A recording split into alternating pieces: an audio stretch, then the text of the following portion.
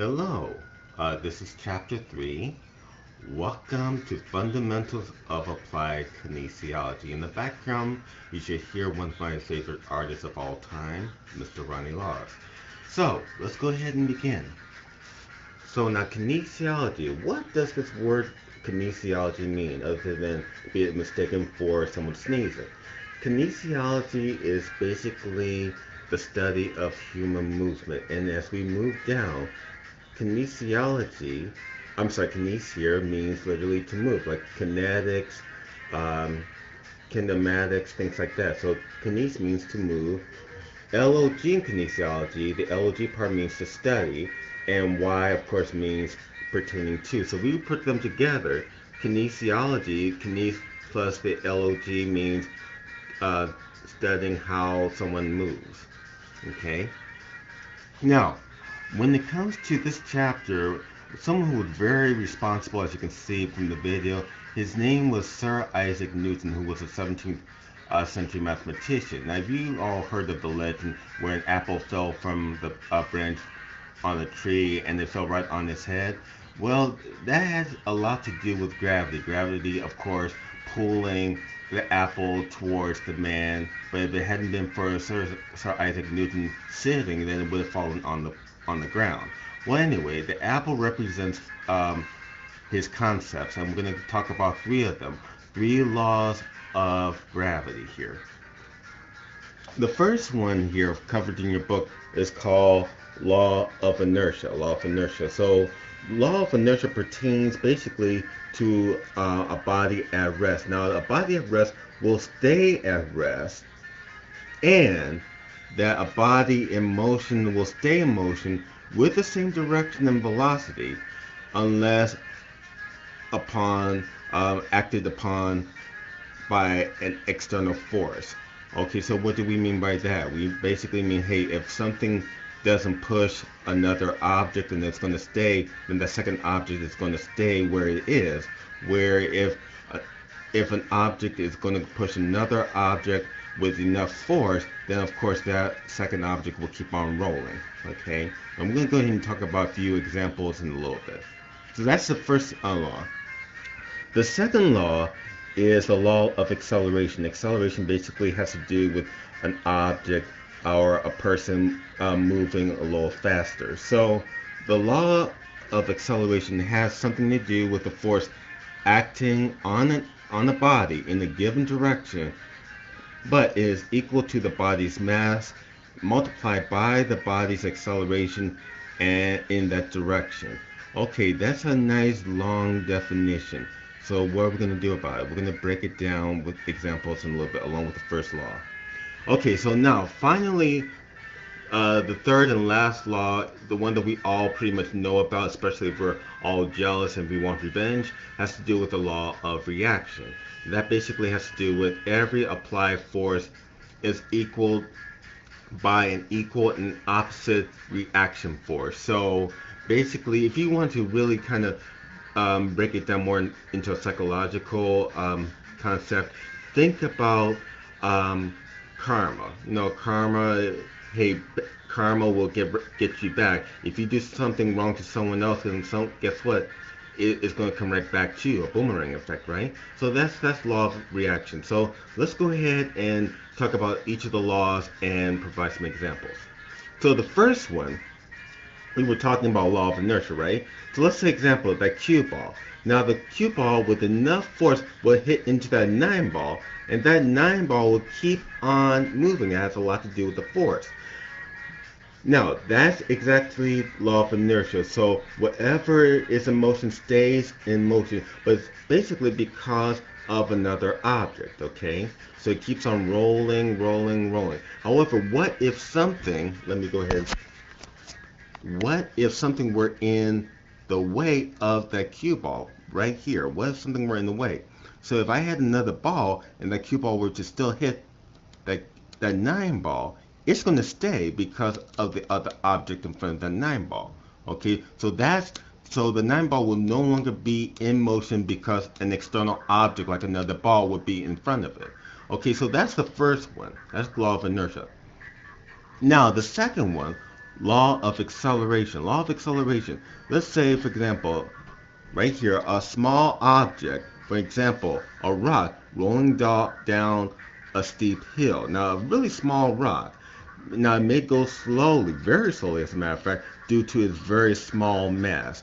So it keeps on rolling down, but it's like a turtle. It's going to go really, really slowly because it doesn't have enough mass on it. Okay?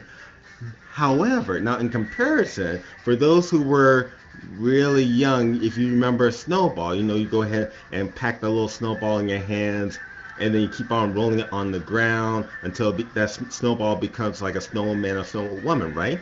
Well, the same thing. Think about, let's start it off as a snowball. Now that snowball will eventually become bigger and bigger until it becomes a full-blown avalanche, right?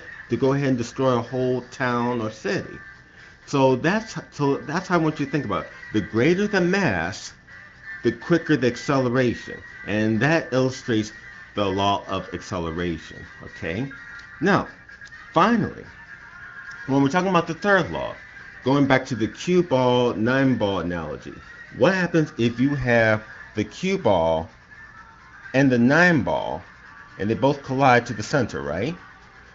Now they have equal force happening together, right? Now what happens once both of them have equal force and equal velocity? Then they're going to go ahead and start to repel. Remember the saying, opposites attract but same repel? Well, in this case, because they have the same velocity and the same size and shapes, they're going to repel from each other. Therefore, they're going to move in opposite directions. So the cue ball goes one way, the nine ball goes the other way. All right? That's law of reaction. So hopefully these examples um, really illustrated Sir Isaac Newton's law of gravity in a better light. Okay, now as we discussed Tuesday, we're talking about muscle types. I wanted to go over this again. So in case you didn't get the lecture from Tuesday, at least hopefully this will help you. Agonists now. Now when we're talking about agonists are known as the main prime movers. So 9 out of 10 times, not always, but 9 out of 10 times, most exercises are named after the agonist. So one example would be bicep curls. Another would tricep push down, lat pull down for lats, things like that. Antagonists. Antagonists are the ones that are opposing the action of the agonist. Okay, so let's take example, going back to our early example, bicep curls. So if you think about bicep curls are actually the muscles involved are the biceps brachii or just biceps. And they actually cause elbow flexion, right? Now, what's going to counteract the biceps brachii? The triceps brachii are going to go ahead and counteract the actions of the biceps. Okay, so those are examples of antagonists. Not always, but antagonists are pretty much close to close to the locations of the agonist. Not always, but pretty close. The third ones are the synergists. The synergists assist injured agonists in causing a desired action. So let's say, for example, you have the pectorals, like the pectoralis major muscle, the chest muscle, right? What if there's a muscle tear and you won't be able to use the pectoralis major muscle? What will happen? You can still do shoulder adduction. You can still move the arms to the center. However, you're going to need the anterior deltoid, your front shoulder muscles, the triceps to really do the same action that the pectoralis major muscle would do, but the thing is that they're smaller. So one problem with that is if they actually do the work of the agonist, then chances are they have to go and do double duty. As Gregory mentioned that one class, they will have to do double duty work. They have to do the work of the agonist, and they also in turn have to do their own thing. So we call that synergistic dominance. Again, synergistic dominance, where you basically have to do double duty. Well put, Gregory. Okay, now, finally, stabilizers. I don't mean finally in terms of the lecture, I mean in terms of this segment. Stabilizers. Stabilizers support and hold joints in place. Succinctly put, they hold the joints in place. So let's go back to that one example we talked about Tuesday. Look at the TA. The TA, also known as transversus abdominis, that's your weight belt. So one way I can explain it is if you suck your gut in, for lack of a better term, you suck your gut in and blow out. What's happening is that TA, or the transversus abdominis, works from the lower spine and works like a muscle corset. So it wraps around the spine and supports it as you do some heavy lifting. Okay, so that's your stabilizing muscle, your TA. Okay, so now again, to recap, agonists, they're your main movers. The antagonists are the ones that are opposing the action of the agonist. Synergists are your sisters to the agonists, especially if the agonists are in trouble. And the stabilizers are the ones that hold down the joints, especially during heavy lifting. All right, now we're going to go into different muscular contractions again. Different muscular contractions. So we were talking about three of them, but I feel like we really didn't go in depth. You really need to know these, especially when you're working with a client. Concentric. So let's look at that term concentric. Concentric contraction has to do with shortening of a muscle. All right. So shortening of a muscle. Now, what's going to happen is if you go ahead and make a bicep curl. Well, okay, of course I can't do it with this video, but think about it this way. Try to go ahead like you were a little kid. When someone asked you to make a muscle, and you start to flex your guns, right? Okay, what was happening? Now we're going to go back into our grown-up stage here. What's happening is as you were making that muscle, your muscle fibers or your cells, which are the same thing, they converge to the center of the muscle belly. In other words, they were all becoming like a little ball of muscle fibers, and they were becoming harder. And that's of course, your muscle belly. So it's a shortening of the muscle. It isn't just so much that, hey, they look good. It's basically because the fibers were actually converging to the center. Therefore, hey, that muscle is becoming the hard ball of impressiveness, if there's such a word. Okay. Now, eccentric contraction, men and women, of course. Eccentric contraction, that's basically an opposite. That's a lengthening of the muscle. That's what we call negatives. Okay, so have you ever heard of the term negatives?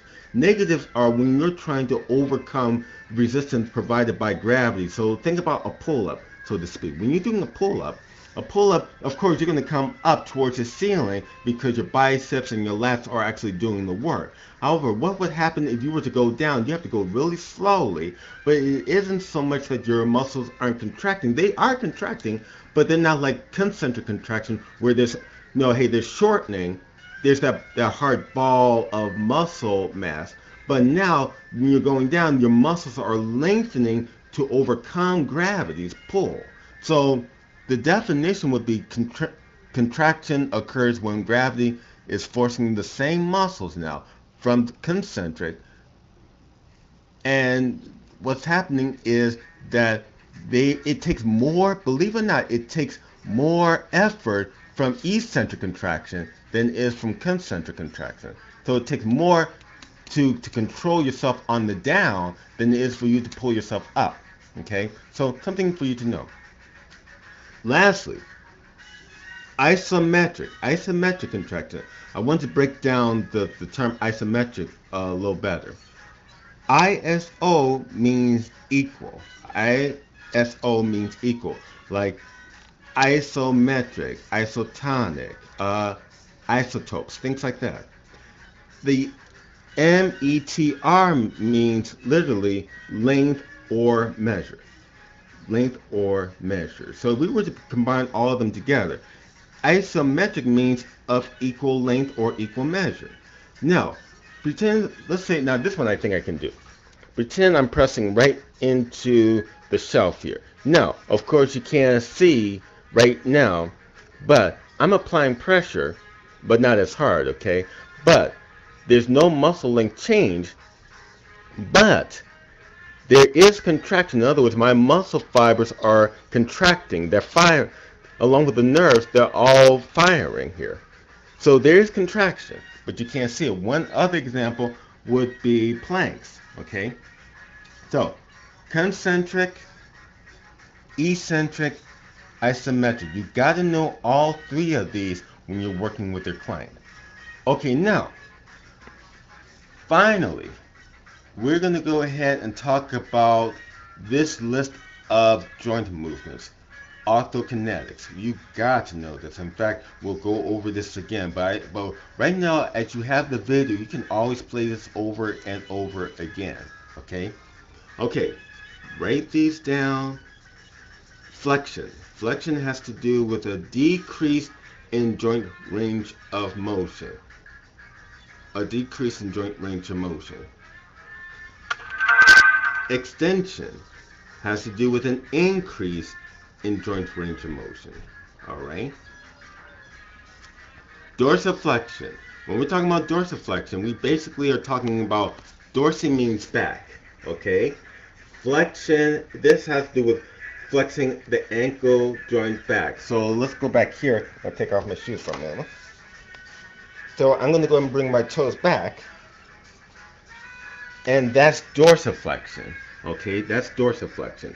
Now, plantar flexion, however, plantar flexion is you're extending the ankle joint forward. You're pointing the toes. Okay, so going back to my funky little feet.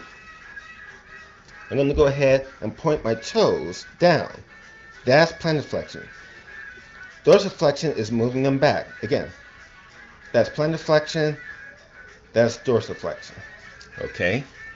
All right. Now, inversion, you're pointing the toes inward. Eversion, you're pointing the toes outward. So inversion and your outward version. Everyone, I'm going to cut this short because my daughter's actually coming in, and I'll get right back to you in a moment.